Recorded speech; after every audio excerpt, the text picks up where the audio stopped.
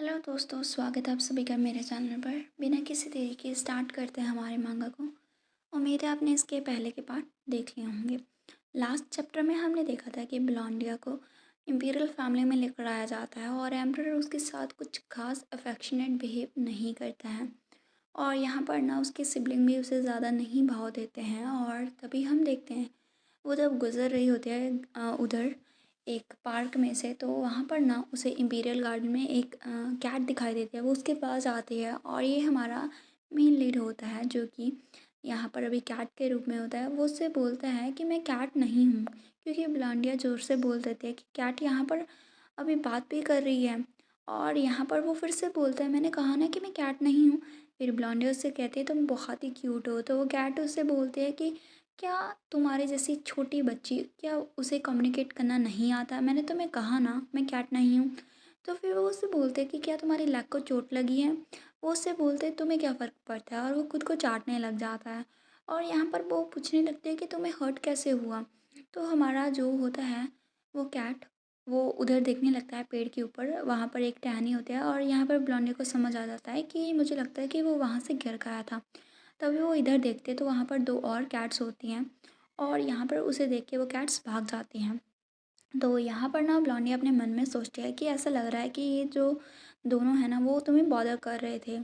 और यहाँ पर वो उन्हें बोलते कि क्या तुम लोग ज़रा थोड़ी देर के लिए बाहर आ सकते हो? तो हम देखते हैं वो दोनों ऐसे ही बैठे होते हैं और फिर ना बहुत ही ज़्यादा धीरे धीरे सावधानी से वहाँ से बाहर निकलने लगते हैं। तो ब्लॉन्डी उनसे बोलते कि क्या तुम लोग भी मुझे समझ सकते हो? तो वो उसे यस में आंसर करते हैं। तो यहाँ पर ना वो उसे बोलती है और पूछती है कि क्या तुम लोगों ने इस ब्लैक कैट को बुली किया था? तो वो दोनों एक दूसरे की ओर देखने लगते हैं और यहाँ पर सोच रहे होते हैं कि क्या आंसर करें, और यहाँ पर वो भाग जाते हैं और आंसर नहीं करते हैं। तो यहाँ पर ब्लॉन्डिया पीछे से बोलती है कि तुम लोगों को ऐसे एक पर्सन के ऐसे अगेंस्ट गैंग अप नहीं करना चाहिए, और तुम इस बेचारी कैट को ऐसे कैसे कर सकते हो? तुम ऐसे, तुम्हें मीन और नेस्टी नहीं होना चाहिए। तो वो छिपे होते हैं झाड़ियों के पीछे। और तभी दूसरा बोलता है कि इसने इसने हमारी जो टेल थी उसे बाइट किया था। तो यहाँ पर वो चिल्ला के बोलता है कि ही तुम लोग फर्स्ट थे जिन्होंने पहले मुझे पीछे से मारा था, इसलिए मैंने ऐसा किया था। तो वो दूसरे दोनों ही कैट एक दूसरे के साथ गैंग अप करते हैं और बोलते हैं कि तुम बहुत ही स्ट्रांग हो और तुम्हें तो हर्ट भी नहीं हुआ जब हमने सिंगल बाइट ली तुम्हारी। तो दूसरी कैट बोलते हैं कि हाँ ये सही कह रहा है। और यहाँ पर ना ब्लॉन्डी उससे बोलते हैं कि तुम लोग ऐसे भाग क्यों रहे हो, तुम्हें पहले अपोलोजाइज़ करना चाहिए उससे। और वो कैट अपनी बात कह के वहाँ से भाग जाती हैं। तो यहाँ पर ना ब्लॉन्डी उससे बोलती है ओके, तो क्या तुम मेरे साथ चलोगी कैट? मैं तुम्हारी जो वाउंड है उसकी टेक केयर करूँगी। तो कैट उससे बोलते है कि मैं तुम्हारे जैसे एक मेयर ह्यूमन को क्यों फॉलो करूँ? क्या तुम्हें नहीं पता कि मैं कौन हूँ? तो ब्लॉन्डिया उससे बोलते कि क्या हमारा एक दूसरे को जानना ज़रूरी है? तुम मुझे ब्लॉन्डिया बोल सकते हो और मैं तुम्हें तुम्हारे नाम से बुला सकती हूँ। तो यहाँ पर वो कैट ना बोलते हैं कि मुझे तुम्हारा नाम जानने की ज़रूरत नहीं है। तो ब्लॉन्डिया उससे बोलते हैं चलो फ्रेंड्स बनते हैं। और यहाँ पर वो उससे बोलते हैं वैसे भी तुम्हारा कोई फ्रेंड तो नहीं है ना? तो वो उससे बोलता है कि किसने कहा है ऐसा? तुम बहुत ही चिकी हो। तो यहाँ पर ना ब्लॉन्डिया उसके सामने हाथ करते और उससे बोलते कि क्या तुम मेरे फ्रेंड बनोगे? मैं बहुत ही लोनली हूँ।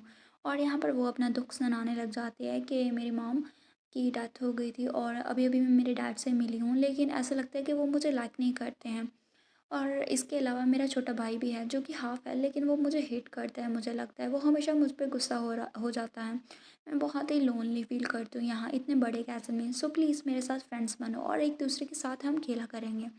उसे देख के कैट को याद आ जाता है कि ये ना डिसेंडेंट है शिंचू क्लाइन का, जिसने गॉड को मारा था। और यहाँ पर ना बाकी जो सभी लोग हैं उसके अगेंस्ट गैंग अप करते हैं और उसे बाहर निकाल देते हैं। और यहाँ पर उसे बहुत ही ज़्यादा कुछ झेलना पड़ता है, उसे लोग मॉन्स्टर बुलाते थे। और यहाँ पर हमारी जो कैट होती है भी वो ये सारी चीज़ें याद करती हैं।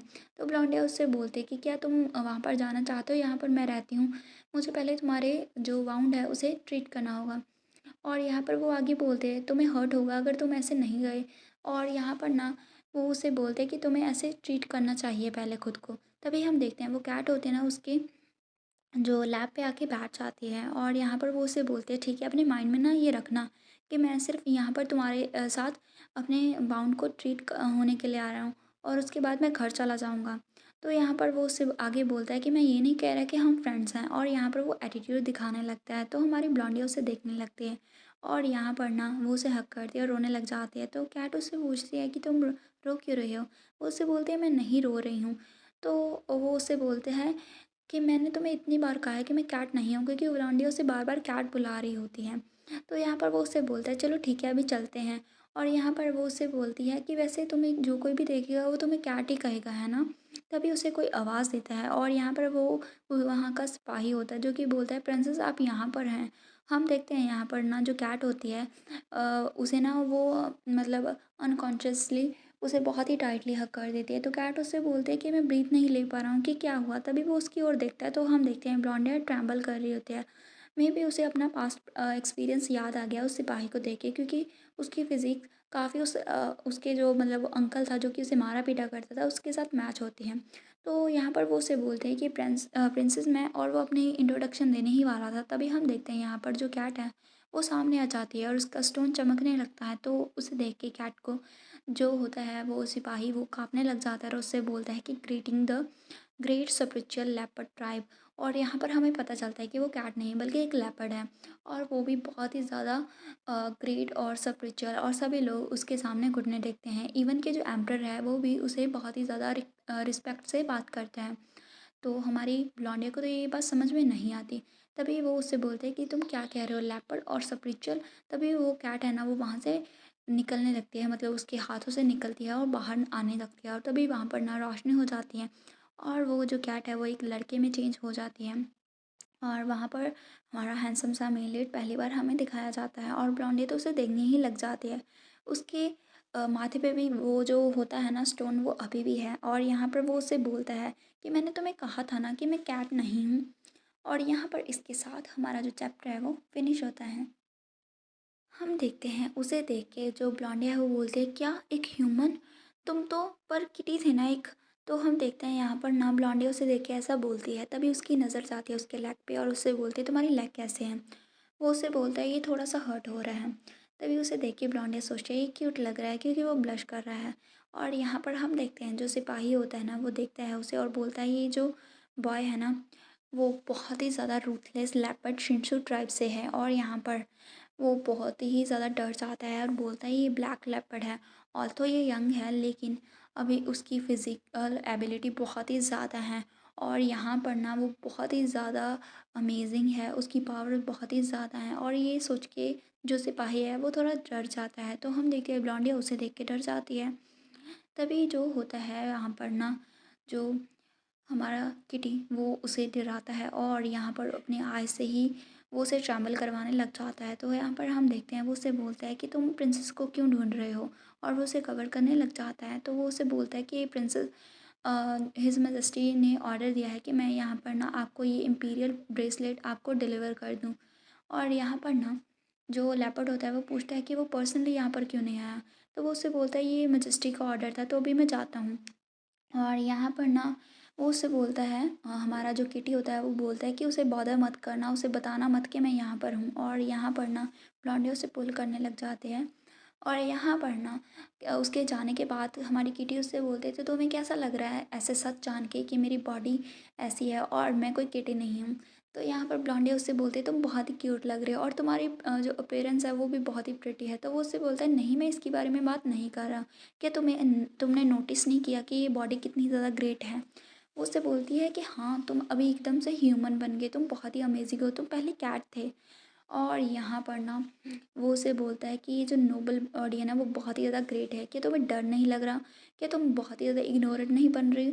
तो ब्लॉन्डिया उससे बोलती है वेल वो जो नाइट था वो बहुत ही ज़्यादा बड़ा था, मुझे इसलिए उससे डर लग रहा था, लेकिन तुमसे नहीं लग रहा मुझे।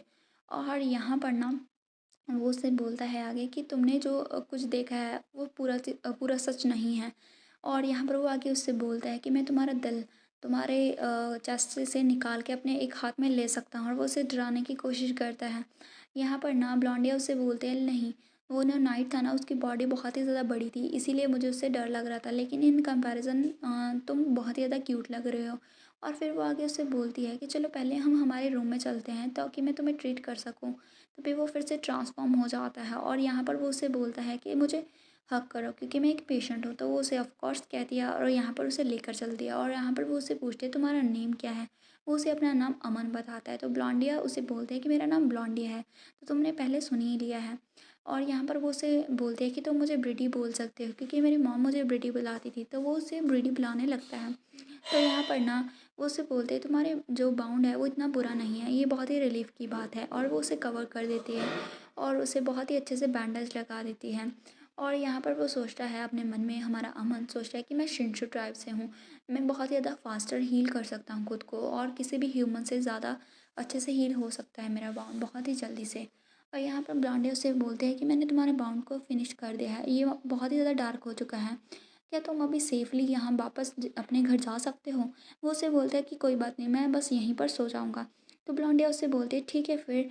यहाँ पर ना जो हमारी होते हैं अमन, वो उससे पूछता है कि तुमने इतनी जल्दी से एक्सेप्ट क्यों कर लिया? तो यहाँ पर ब्लॉन्डी उससे बोलते हैं क्योंकि तुम बहुत ही क्यूट कैट हो इसीलिए।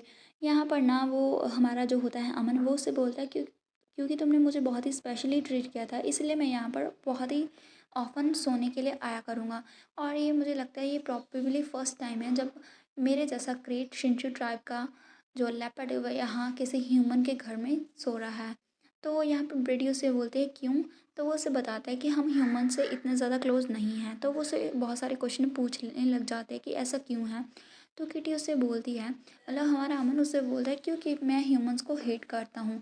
तो वो उसे पूछने लग जाते हैं कि तुम ह्यूमंस को हेट क्यों करते हो? वो उसे बोलता है कि क्योंकि जो ह्यूमंस होते हैं वो सिली और फूलिश होते हैं और उनकी स्मेल बहुत ही ज़्यादा बुरी लगती है मुझे। तो ब्रिटी उससे बोलते हैं कि क्या मेरी स्मेल भी बेकार है? तुम्हें मेरी स्मेल भी अच्छी नहीं लगती? तो अमन उससे बोलते हैं कि नहीं तुम तो ठीक हो। वो उससे बोलते हैं ठीक है। और यहाँ पर ना वो दोनों ही ऐसे ही बातें करने लग जाते हैं और तभी प्रीति उससे बोलती है कि अमन तुम कितने साल के हो? मैं 11 साल की हूँ। तो अमन उससे बोलता है मैं 9 साल का हूँ। तो वो उससे बोलते हैं मैं तुमसे बड़ी हूँ। तो यहाँ पर अमन उससे बोलता है ओल्डर सिस्टर, क्या तुम ये सुनना चाहते हो? तुम्हें कैसा लग रहा है ओल्डर सिस्टर सुन के? तो यहाँ पर ना जो ब्रीडी है वो उससे बोलते हैं कि अगर तुम अभी 9 साल के हो तो तुम्हें अडल्ट की बॉडी में नहीं होना चाहिए था। तुम आफ्टर ऑल एक बीस्ट हो, लेकिन तुम अभी भी एक अपनी किटन फॉर्म में क्यों हो? वो उससे बोलते हैं कि तुम कुछ नहीं जानते, जब हम 18 या फिर 19 ईयर्स के हो जाएंगे तब हम एकदम से ही ग्रो हो जाएंगे, बड़े रेगुलर साइज लेपर्ड के साइज़ में हो जाएंगे हम। तो यहाँ पर वो उसे बोलता है कि जब हमारी कमिंग ऑफ एज सेरेमनी होगी ना तब मैं इतना बड़ा हो जाऊँगा। तो ब्रेडी उसे बोलता है अच्छा ठीक है। और तभी ना वो उसके माथे को टच कर देती है और यहाँ पर वो उसके स्टोन को टच कर देती है। यहाँ पर जैसे वो उसके स्टोन को टच करती है तो अमन चिल्ला के बोलता है कि मुझे यहाँ पर टच मत करो। तो प्रीति उससे बोलती है कि क्या तुम्हें ये पसंद नहीं आया? I am sorry. वो उससे बोलता है कि ऐसा नहीं है कि मुझे ये लाइक नहीं किया, लेकिन मुझे यहाँ पर बहुत ही ऑकवर्ड सा फील हो रहा है, मुझे बस यहाँ पर टच मत करना। वो उसे बोलता है ठीक है, क्या यहाँ पर कोई और पार्ट है यहाँ पर मैं टच कर सकती हूँ? वो उसे बोलता है कि तुम मुझसे ऐसे फालतू क्वेश्चन क्यों पूछ रही हो? तब से लेके अभी जो हमारा है, क्योंकि हमारी जो ब्रिटी है वो तो एक अलग सेपरेट कैसल में रहती है तो यहाँ पर कोई और ज़्यादा आता नहीं है, लेकिन हमारा जो अमन अभी यहाँ पर आने लग गया है और यहाँ पर वो उसे अपना ही घर समझता है। और यहाँ पर वो उसे बोलता है कि मैं यहाँ पर जो ह्यूमन फूड है उसे ईट करने के लिए आ रहा हूँ। यहाँ पर वो हमेशा यही एक्सक्यूज़ देता है। और यहाँ पर ना जो ब्रिटी है उसकी बात सुन के बहुत ही ज़्यादा खुश हो जाती है और उसे हमेशा वेलकम करते हैं क्योंकि उसका कोई और साथी यहाँ पर नहीं है।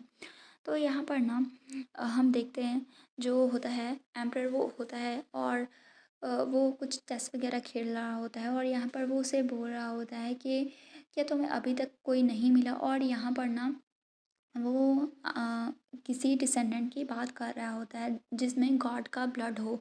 तो यहाँ पर बहुत साल पहले गॉड जो है वो अर्थ पे आया था जिसने उनकी हेल्प की थी और उनके जो चाइल्ड होते हैं उनके जो हेयर होते हैं वो गोल्डन होते हैं और उनकी आंखें भी गोल्डन कलर की होती हैं। और यहाँ पर ना जो होता है एम्पर उन्हें ही ढूंढ रहा होता है और यहाँ पर उसने बहुत सारे लोगों को उनके पीछे लगाया होता है। यहाँ पर ना वो एक बंदे से बात कर रहा होता है और उससे जानकारी लेने की कोशिश करता है। तो वो बंदा बोलता है कि एक पर्सन को देखा गया था लेकिन वो भी हमें मिल नहीं रहा। तो वो उससे बोलता है तुम ये कहना चाहते हो यहाँ पर फिर से हमारे जो इन्वेस्टिगेशन है वो फेल हो गई है? तो वो उसे सॉरी बोलता है। तो वो एम्पर उसे जाने के लिए बोलता है। यहाँ पर ना जो हमारा एम्पर है वो सोच रहा होता है कि अगर ब्लॉन्ड हेयर और ब्लॉन्ड आइज़ हो तो हम मेरे पास वो एबिलिटी आ जाएगी और फिर वो ब्लॉन्डिया का नाम लेता है और यहाँ पर ना उसने जब देखा था ब्लॉन्डी के चेहरे को पकड़ा था तो उसने यही बोला था कि अगर तुम्हारी आंखें गोल्डन होती तो और भी अच्छा होता। तो यहाँ पर ना वो बात करने लग जाता है कि ब्लॉन्डिया अपनी मम्मा की तरह नहीं दिखती है। उसके ब्लॉन्ड हेयर हैं जो कि अपनी मम्मा की तरह रिसेंबल होते हैं। लेकिन लिली के पास ब्लॉन्ड हेयर थे लेकिन उसके अंदर कोई एबिलिटी नहीं थी। लेकिन फिर भी मैं उसके प्यार में पड़ गया। लेकिन उसके बाद मुझे अपने जहाँ पर अपने एम्परर के जो रिस्पॉन्सिबिलिटीज़ हैं वो उठाने के लिए वापस आना पड़ा इम्पीरियल फैमिली में। और इसके अलावा जो लिली थी उसके अंदर कोई एबिलिटी नहीं थी। और यहाँ पर ना मैं अपने जो चाइल्ड है उसे प्रोटेक्ट भी करना चाहता था, इसलिए मुझे थ्रोन चाहिए था। तब मेरे ब्रदर भी लड़ रहे थे, फाइट कर रहे थे थ्रोन के लिए। तब मुझे एक ब्लॉन्ड हेयर और ब्लॉन्ड आइज़ वाले गॉड के चाइल्ड की ज़रूरत थी। लेकिन जब यहाँ पर ना उसका बर्थ हुआ था, मतलब कि हमारी ब्लॉन्डी का बर्थ हुआ था, तब वो काफ़ी डिसअपॉइंट हो गया था क्योंकि उसकी आइज़ गोल्डन नहीं थी। और उसके बाद वो इम्पीरियल फैमिली में वापस लौट गया और यहाँ पर ना वो थ्रोन तो उसने हासिल कर लिया। लेकिन वो धीरे धीरे जो लिली है और यहाँ पर जो ब्लॉन्डी है उसे भूल गया क्योंकि वो उसकी आंखों के सामने नहीं थी। हालांकि उसके और लिली के ने दोनों ने ही बहुत ही अच्छा क्वालिटी टाइम स्पेंड किया था। लेकिन जब से वो पैलेस में आया था तब से ही लेकर अभी तक वो हमेशा से ही मतलब उससे दूर रहा था। क्योंकि अगर कोई उसके सामने नहीं आता तो वो भूल जाता है उसके बारे में। वैसा ही उसके साथ हुआ था और यहाँ पर ना वो अपने और लिली के पास्ट के बारे में याद करने लग जाता है। तभी यहाँ पर उसके पास कोई आता है और आगे एक लेडी लूसी नाम की लड़की आती है और सिपाही उसे लेकर आता है जो कि उसे बताता है कि जो लेडी लूसी है वो उसकी सर्वेंट रहेगी, मतलब हेड मेड रहेगी। और यहाँ पर ना लेडी लूसी आती है और यहाँ पर ना वो उसके साथ एक दूसरे के साथ फ़ैमिलियर हो जाते हैं।